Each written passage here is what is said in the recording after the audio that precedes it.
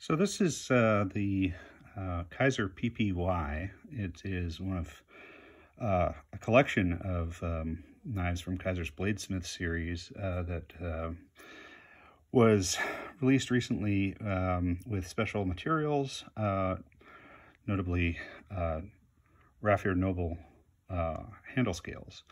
Let's take a look at this and discuss the knife and the materials and some comparisons.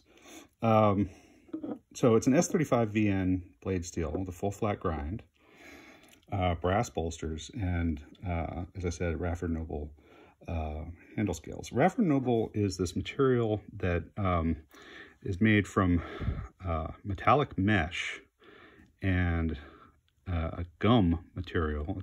It's like a resin. And it's kind of similar to things like carbon fiber, which is also, you know, a textile sort of material that is it's covered with resin. The difference being that Raffir Noble is semi-transparent without being polished.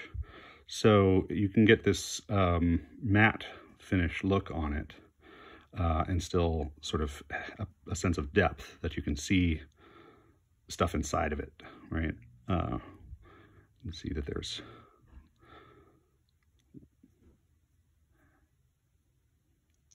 kind of a little bit hypnotic, right?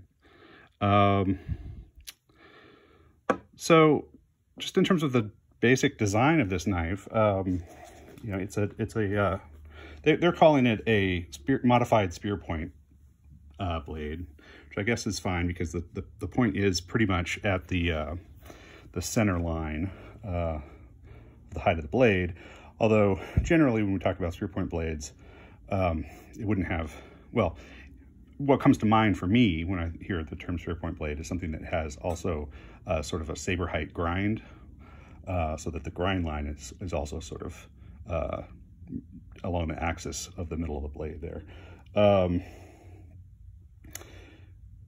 You know, with the brass bolsters, it's kind of hard to escape comparison to classic designs like the Buck 110, which also has brass bolsters. I think some of the sort of like traditional, you know, style of a knife like the 110 is evident in this Kizer PPY. Obviously, the 110 is bigger and has a clip point blade. Maybe a more apt comparison would be to something like this,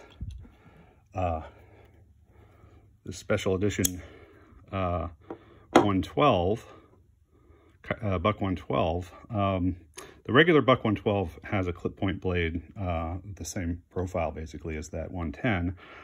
This version of it with the drop point blade is a web exclusive that you can only get by going online and ordering it from Buck, I think. Yeah, this has got a brass bolster. This of course has wood handles, but you can see some similar aesthetic, maybe. Of course, with brass materials, one of the things that's going to happen is you're going to get patina on there.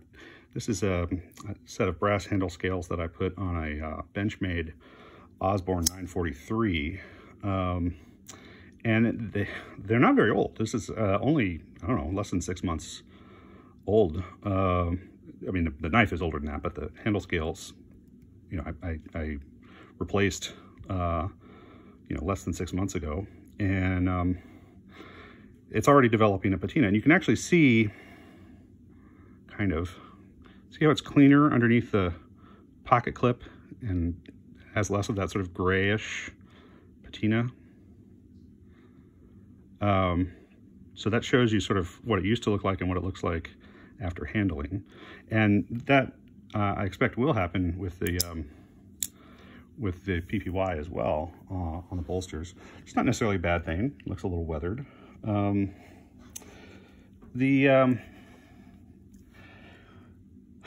The Raffir Noble handle material seems a little classier than other resin-based handle scales. You know, like, I mean, here's a case knife that has, I think they call this material Kira-Knight, not Keira Knightley, the actress, but Kira-Knight. And you know, similar concept, right? It's got different stuff included in it. It's sort of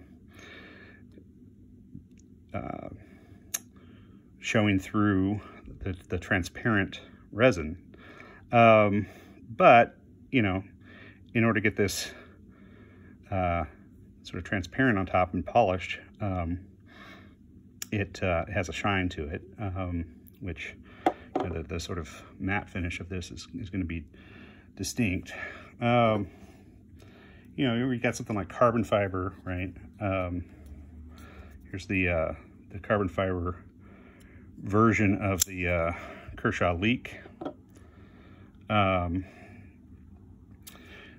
know, this is got, you know, woven material inside of a resin. It doesn't have the same sense of depth, though. I mean, and it's patterned, whereas the inclusions in this PPY handle here are a little more random. Kind of looks almost like a topographical map. You know, you get other things like shredded carbon fiber, right? Here's this little stubby Quaken Boker. This is a Blade HQ exclusive. And that is going to be kind of random, or something like this.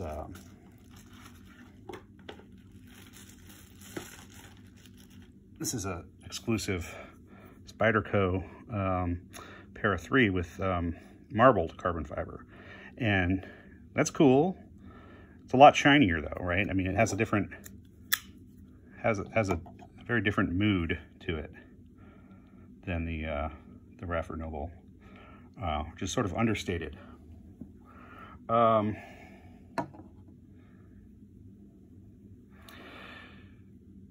You know, the fact that you can see through it a little bit, I mean, it's nice in that you can get a sense of depth, right? You can see that this mesh material is sort of flowing inside there.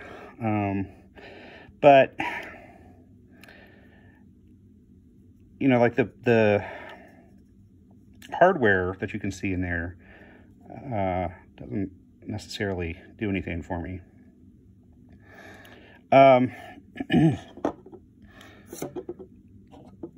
talk about the price of this for a second. Oh, I was going to say, you know, if you're going to have a transparent bladed knife, I mean, there are other options that are cool if that's something that appeals to you. You know, here's the Ice Wraith from Ontario Knives. This is a very inexpensive knife. These are under 20 bucks.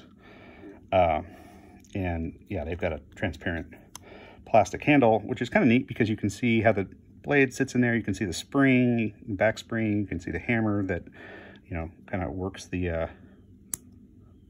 locking mechanism. All right. The price on this guy right now, I'm talking in November of 2022, and these are on sale from some retailers for $156 right now. The dealer price, most of the time when they're not on sale, is going to be $184, which is kind of a lot. You know, it's, I mean, you're pushing 200 bucks for, yeah, I mean, it's good materials. It's, you know, an interesting handle material, you know, decent steel, s35vn steel is good. But, you know, it is a Kizer. I mean, it's not one of the premium brands, in my opinion. I mean, Kizer makes good stuff, for sure. But when you're talking about spending close to $200, you got a lot of options on where you can spend your money and what you can get for it. For less than the cost of this knife, you can get a Spyderco Chaparral with Noble Raffir or Raffir Noble handle scales. So you can get, you know, a Spyderco knife. It's a lockback. It's not a liner lock. It's not the same knife exactly. It's not an apples to apples comparison, but it's made with a premium steel. It's CTS XHP, and it's got the same material handle. It's got the Raffir Noble handles, and that's like 160-ish. So, and it's made, I think that knife is made in Golden, Colorado, whereas this one is made in China. The other price consideration that you got to think about with this knife is that there's another version of it that doesn't have the same materials, but it does have the same design. So if what you like about this knife is the shape of it and the grind and the size of it, which, you know, I mean, it's got a deep carry pocket clip. It's got jimping on the spine, thumb studs. It opens really nicely. The action on it is great, actually. It's on ball bearings. Good lockup, right? Nicely sort of knocked down edges, right?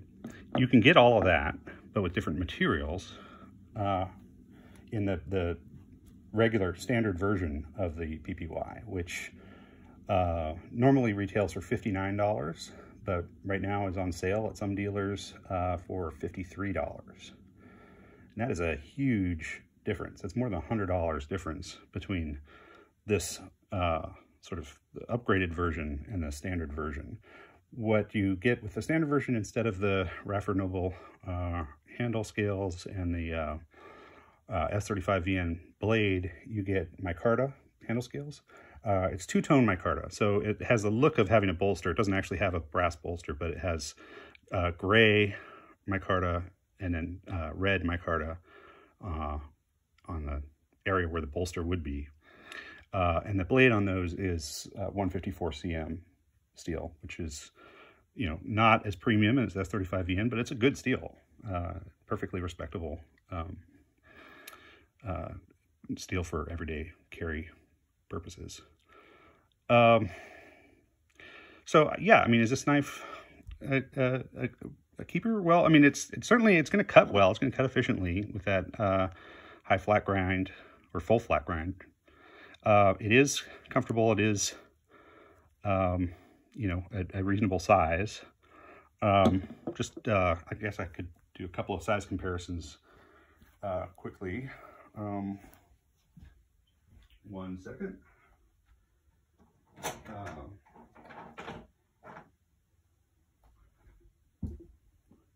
So here's a pair 3 for size reference. It's a little bit longer blade than pair 3. And here's PM2. A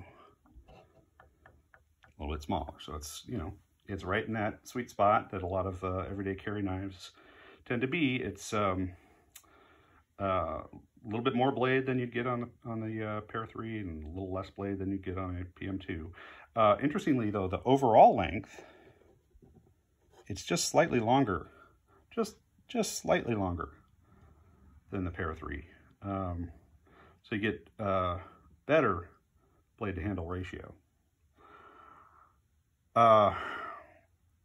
Yeah, so, you know, again, is this knife a keeper? Well, I think it's a good knife. I don't think the price is crazy on it, especially right now if you can get it at $156. But, you know, again, once you get up in that price range, you've got a lot to choose from. So I think basically my recommendation on this knife is, if you love this aesthetic, if this looks awesome to you, and that's what you want to carry around, and that's what you want to take out of your pocket when it's time to do a little cutting task,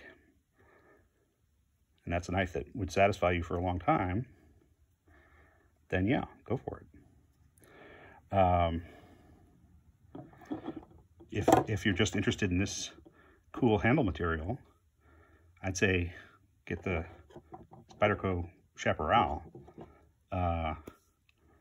which is going to be less expensive, and it's going to have the same handle material, and it's going to you know, have a really slicey, very thin blade, and it's a Spyderco. So, you know, I think probably it will retain its value a little better if you were going to ever sell it again. But that's just my 2 cents. And a quick look at this new knife from Kizer.